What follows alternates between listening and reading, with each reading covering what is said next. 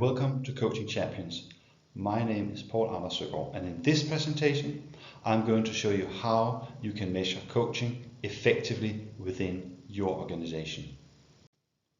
So we're going to look at the establishment of baseline data, that is before the coaching process starts, and that includes the performance curve and executive functioning skills.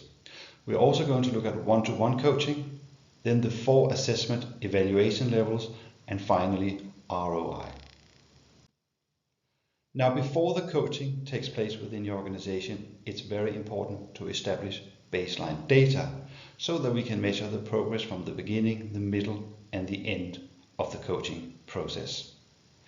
If you have never heard about the performance curve before, I would recommend that you read the book Coaching for Performance by Sir John Whitmore. It's an absolutely brilliant book that tells you how coaching can be measured and how effective it can be within an organization.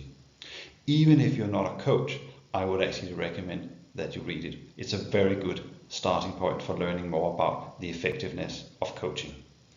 So, on the performance curve, you can see we have 4 different levels, and we measure them against the culture and performance within your organization. An individual employee who is at level 1 is somebody who says, well, whatever happens, and I don't really care.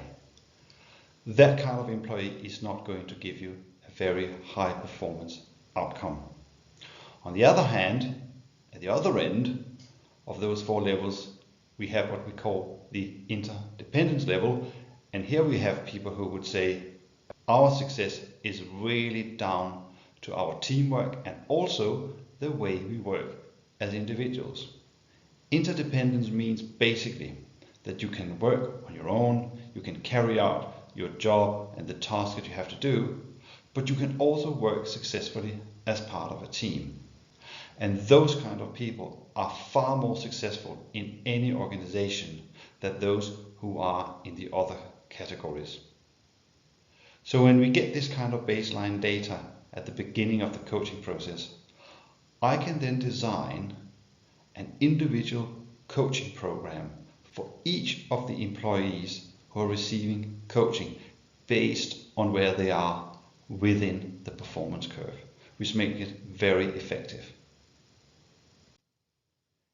Another way of establishing baseline data are measuring executive functioning skills. Now, those are skills that we all have, but the problem with it is that we are on a continuum when it comes to our executive functioning skills. So for example, our working memory may be very effective at, say, 10 in the morning, but not so effective later down in the afternoon. By measuring each individual employee's executive functioning skills, their strength and their weakness, not only do they become aware of that they have them and how good or weak they are, but I can also design individual coaching programs depending on each person's executive functioning skills and their strengths and weakness. And obviously this is a type of measurement that not only would we take it at the beginning of the coaching process, but also at the middle and at the very end, so we can see progress over time. One-to-one coaching. This is a very typical and classic form of coaching within companies. A great way of measuring behavioral change here is to use weekly scorecards that the coachee fills in themselves. And we take this kind of measurement weekly or at least between every coaching session. Now, to make sure that we don't get up in a situation where we got a lot of demand characteristics, I would always ask for 360 feedback to corroborate the data. So for example, if one of the people I was coaching was somebody who was leading a team within your organization, I would also ask the members of the team for feedback so I can compare those 2 types of data to get the most valuable response. The 4 assessment evaluation levels. Now these are really interesting because those 4 questions will give you some very interesting data from the people who are being coached. So let's look at what they are. The first one is, how has the coachee responded to the coaching? Now this is obviously important because if the coachee is not really interested in the coaching and just does it because they feel they have to, you are not going to get very much value for money. However, on the other hand, if the coachee thinks that coaching has been really helpful and a very smart way of making quick progress, you will get some very interesting data that you can look at there, looking at the effectiveness of the coaching. Number two, what did the coachee learn from the coaching? Well, this is obvious because this is the whole point of having coaching. That is to learn and move forward and getting better at what you do. So what we need to look at here are the specific detailed answers, measures against the target and goals that the coachee have, and look at those answers. Number three, how did the coachee apply the new skill and how has it been measured? This is a key question because we really want to see how the coachee applied these new skills within their role within your organization and how this has been measured. And obviously from the previous measurement you can see that there are many ways that this can be done effectively. And finally, and probably the most important question, how has the behavioral change impacted performance and results at a personal level and within the organization?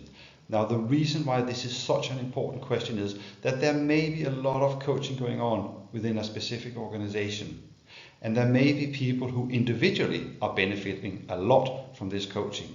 But if it is not applied within the organization, then the value of the coaching is not very high. So I would always suggest that whatever somebody is learning during the coaching process, they need to share it, for example, with their team. Finally, return on investment. And you can see from this slide here the formula that is used to measure coaching on this particular data. This is of course really important because it's a financial measurement and anyone within an organization would want to know this. The International Coach Federation says that 86% of companies who have invested in coaching have at least made back their investment. That's a really positive statement. However, you need to be aware of that this type of measurement, important as it is, and I would always recommend it, is not the most holistic measurement of coaching. Therefore, ideally, we would like to use different types of measurements, quantitative and qualitative data, to get an accurate picture of how effective coaching has been within your organization in terms of outcomes and results. So we've been looking at various measurements of coaching and how we measure behavioral change and see that this is indeed possible and very important to do. I hope you have enjoyed watching this video, and I hope that you have found it useful of your time and learned maybe something new or have confirmed what you already knew about the value of coaching and how important it is to measure it.